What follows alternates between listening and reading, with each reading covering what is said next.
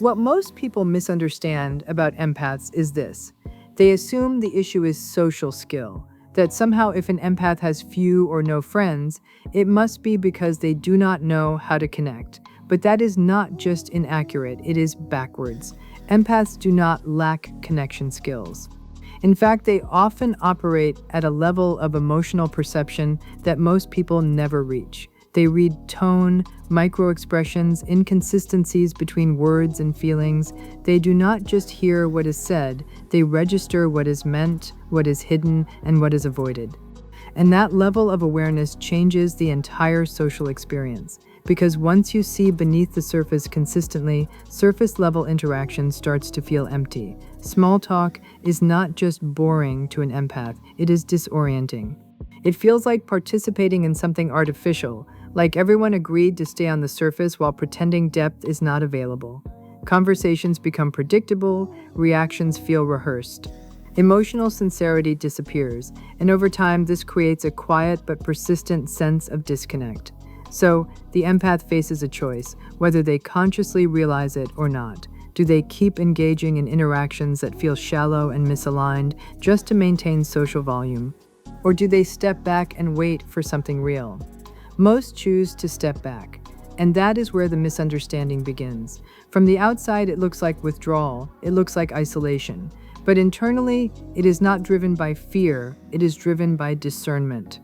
Empaths are not looking for more conversations, they are looking for honest ones. They are not interested in being surrounded, they are interested in being understood. And once they realize how rare that is, their standards naturally rise. This is where the social circle starts to shrink, not because people reject them, but because they quietly opt out of interactions that do not meet a certain level of authenticity. They stop forcing laughter, they stop pretending interest. They stop investing energy into dynamics that feel one-dimensional. And here is the part most people miss. This is not a loss, it is a filtration process. The empath is not becoming less social. They are becoming more precise, more intentional, more aligned with what actually fulfills them, instead of what simply occupies their time. But there is a cost to that precision. Depth is rare. Genuine emotional presence is rare. People who are comfortable being seen clearly and who can see others clearly in return are not the majority. So, when an empath raises their threshold for connection, the number of people who can meet them there significantly, and they know that. They understand, often without putting it into words, that choosing depth means accepting solitude more often than others do. But to them, that trade-off makes sense, because being alone does not feel nearly as heavy as being surrounded by people who do not truly see you. So they become comfortable in that space, not because they do not value relationships, but because they value real ones too much to settle for anything less. And when you understand that, everything changes. The narrative shifts from why do they not have more friends to a much more accurate question: how many people are actually capable of meeting them at the level they live on? Because when someone is wired for depth, surface-level connection does not just feel insufficient, it feels dishonest. And most people would rather have company than truth. An empath would rather have truth than company. The next piece of this becomes even more practical and in many ways more misunderstood. When we say empaths absorb energy, it can sound abstract, almost mystical, but there is a very real psychological mechanism behind it. Empaths are highly attuned to emotional states, not just in a cognitive way, but in a physiological one. Their nervous system responds rapidly to the emotional cues of others: tone shifts, tension in posture, subtle changes in breathing. These are not just observed, they are felt. And when you are around someone who is anxious, frustrated, manipulative, or emotionally chaotic, your body begins to mirror that state, whether you intend to or not. So, over time, social interaction stops being neutral, it becomes costly. This is where the pattern starts to form. An empath spends time in a group or even one-on-one and walks away feeling drained, not tired in the normal sense, but depleted, like something has been taken rather than exchanged. At first, they do not always understand why. They may assume it is just introversion or stress. But as the pattern repeats, the cause becomes clear. It is not the presence of people that drains them, it is the quality of emotional energy those people carry. And here is where it gets more precise. Most people regulate their internal state independently. An empath, on the other hand, often regulates in response to the environment. That means if they are surrounded by unresolved tension, they feel it.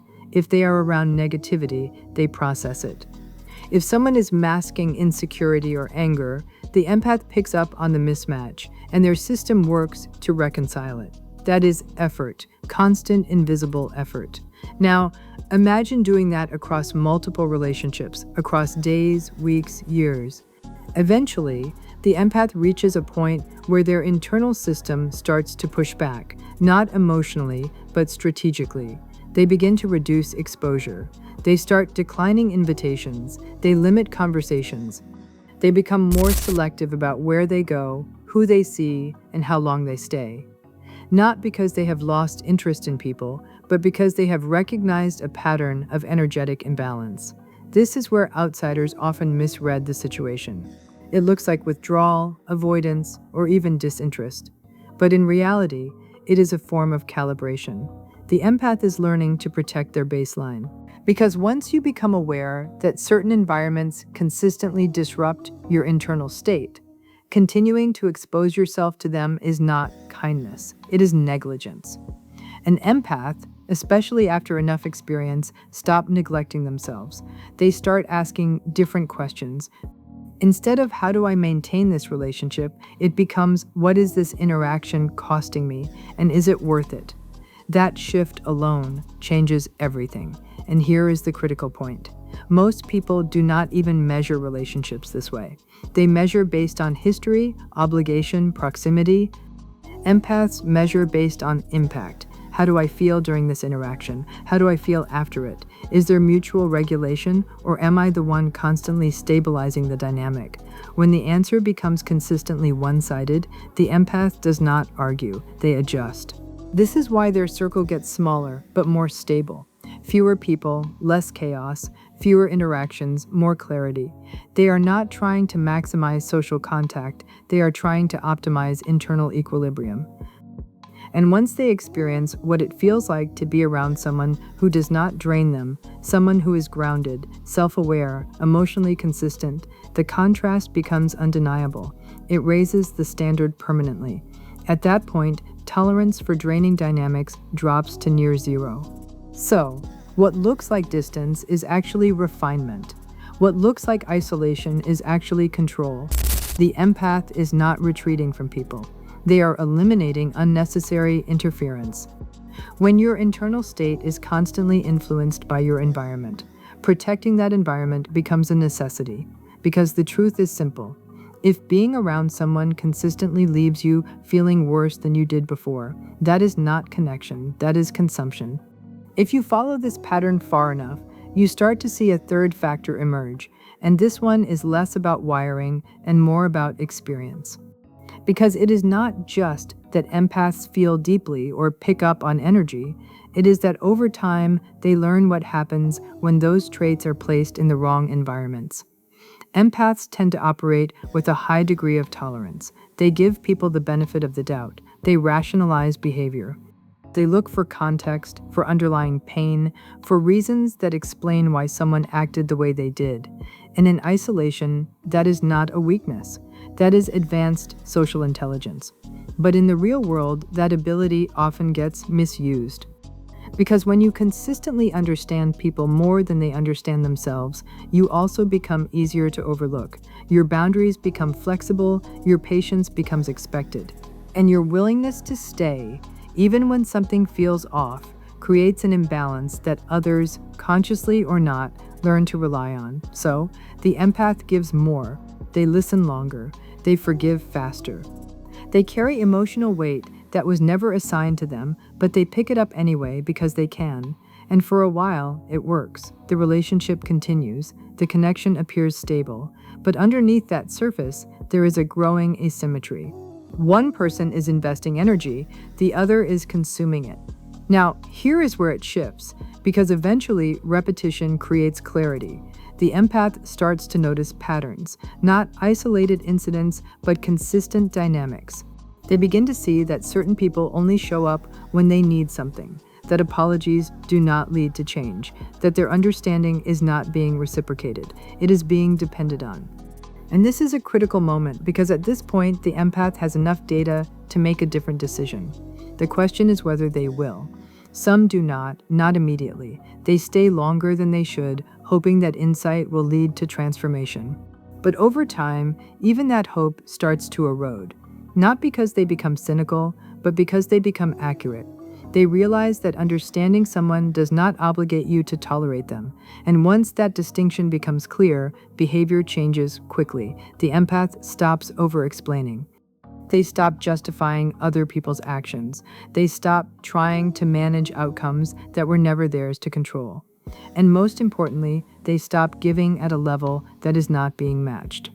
This is often where people around them become confused because the empath, who was once always available, always patient, always accommodating, suddenly is not.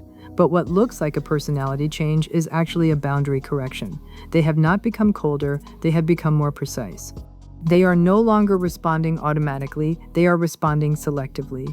And that single shift disrupts every dynamic that was built on their previous overextension. Some relationships fall apart at this stage, not because the empath did something wrong, but because the relationship was never balanced to begin with.